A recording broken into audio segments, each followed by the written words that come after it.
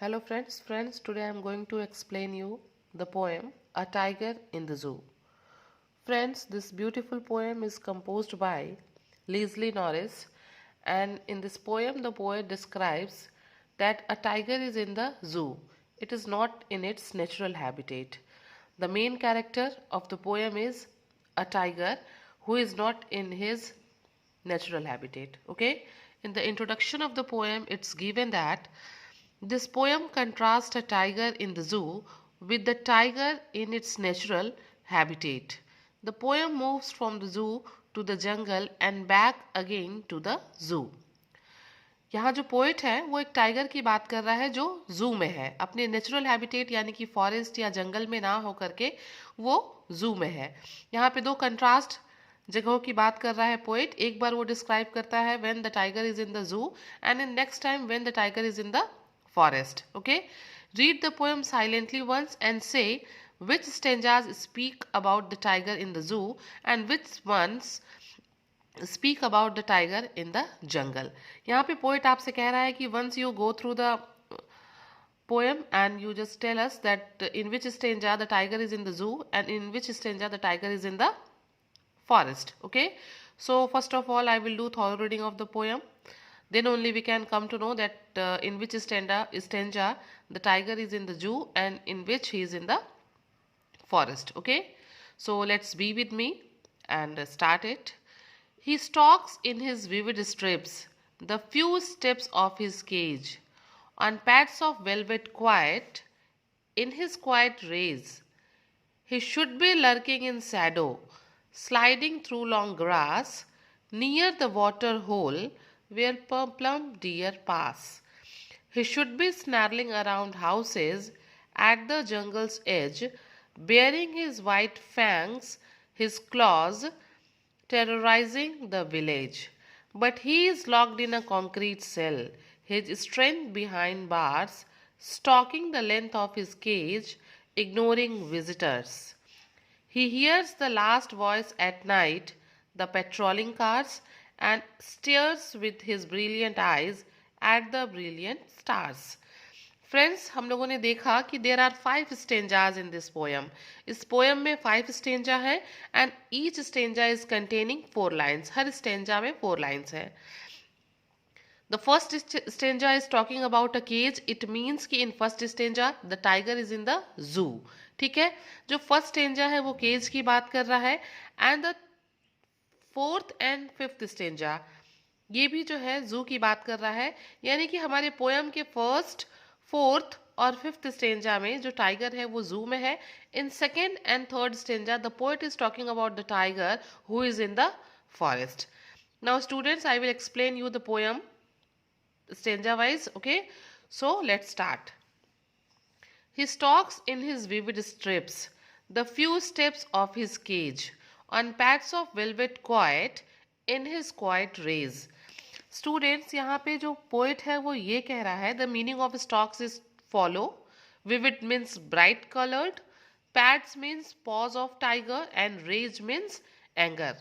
The poet wants to tell us, यहाँ पे poet हम लोगों से ये कहना चाहता है कि in this stanza the tiger is in the zoo. जो टाइगर है वो जू में है. He is caged, he is imprisoned, वो कैद है. और वो क्या कर रहा है? He stalks in his vivid stripes the few steps of his cage. वो एक छोटे से पिंजरे में, जू के एक छोटे से पिंजरे में कैद है और वो क्या कर रहा है? उस पिंजरे में ही घूम रहा है अपने एक सुंदर स्ट्रिप्स लिए हुए बॉडी पे, एक ब्यूटीफुल बॉडी के साथ. उसके बॉडी पे क्या है? Tiger is known for its strips. Okay, तो वो एक सुंदर बॉडी को लेके क्या कर रहा है? चुपचाप अपने पिंजरे में घूम रहा है. और वो इतना धीरे धीरे घूम रहा है कि उसके गद्देदार पॉज से, उसके पैडेड पॉज से कोई आवाज भी नहीं आई. बिल्कुल क्वाइटली वो घूम रहा है. इन हिज क्वाइट रेज, वो नाराज है बट वो शांति से अपने पिंजरे में घूम रहा है. Basically the poet wants to tell us that the tiger is in anger. ठीक है, जो टाइगर है वो केज में एंग्री है, इसीलिए वो बिल्कुल चुपचाप, वो कुछ भी नहीं कर सकता, इसलिए वो चुपचाप क्या कर रहा है? वो अपने पिंजरे में घूम रहा है. Come on the second stanza. He should be lurking in shadow, sliding through long grass near the water hole where plum deer pass. इस स्टेंजा में पोएट बात कर रहा है उस टाइगर की जो फ्री है, ठीक है, जो जंगल में है, जो फॉरेस्ट में है. Lurking means to be hidden. In this stanza the tiger is hidden behind the shadow of long grasses. जो टाइगर है वो लंबी लंबी घास के पीछे छुपा हुआ है, नियर द वाटर होल, किसी वाटर बॉडी के पास. और वो किसका वेट कर रहा है? And the tiger is waiting for the prey. वो अपने शिकार, वो जो है एक मोटे तगड़े प्लम्प डियर का, हिरन का इंतजार कर रहा है कि जो वहां पानी पीने आएगा और वो उसका क्या कर लेगा, शिकार कर लेगा. Because in this stanza the tiger is free in the forest. Friends, basically the poet wants to say, यहाँ पे पोइट हमसे ये कहना चाहता है कि जो टाइगर है, who is known for its running, who is note known for its roar, जो अपनी दहाड़ के लिए, अपने दौड़ने के लिए जाना जाता है, कि अगर वो जंगल में है, वो फ्री है, तो वो खुद शिकार करेगा और अपनी इच्छा से शिकार करके वो जो खाना चाहता है वो खाएगा. But all these things he can't do in the cage. ये सारी चीजें वो केज में नहीं कर सकता है.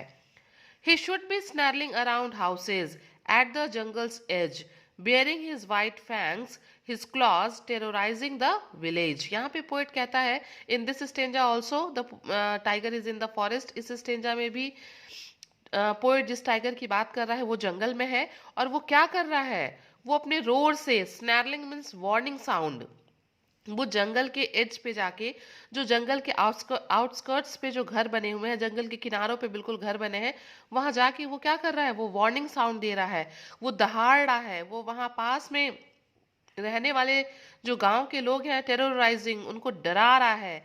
Bearing his white fangs, his clause, अपने पंजों को, अपने दांत को, फैंग्स मीन्स होता है शार्प टीथ, उनको दिखा के वो क्या कर रहा है, लोगों को डरा रहा है. जो टाइगर का क्या है, it is the basic nature of the tiger. ये टाइगर का बेसिक नेचर है. वो फ्री है, वो फ्रीली घूम रहा है, वो शिकार कर रहा है, वो लोगों को डरा रहा है. Okay, but he is locked in a concrete cell, his strength behind bars, stalking the length of his cage, ignoring visitors. But again the tiger is in the zoo.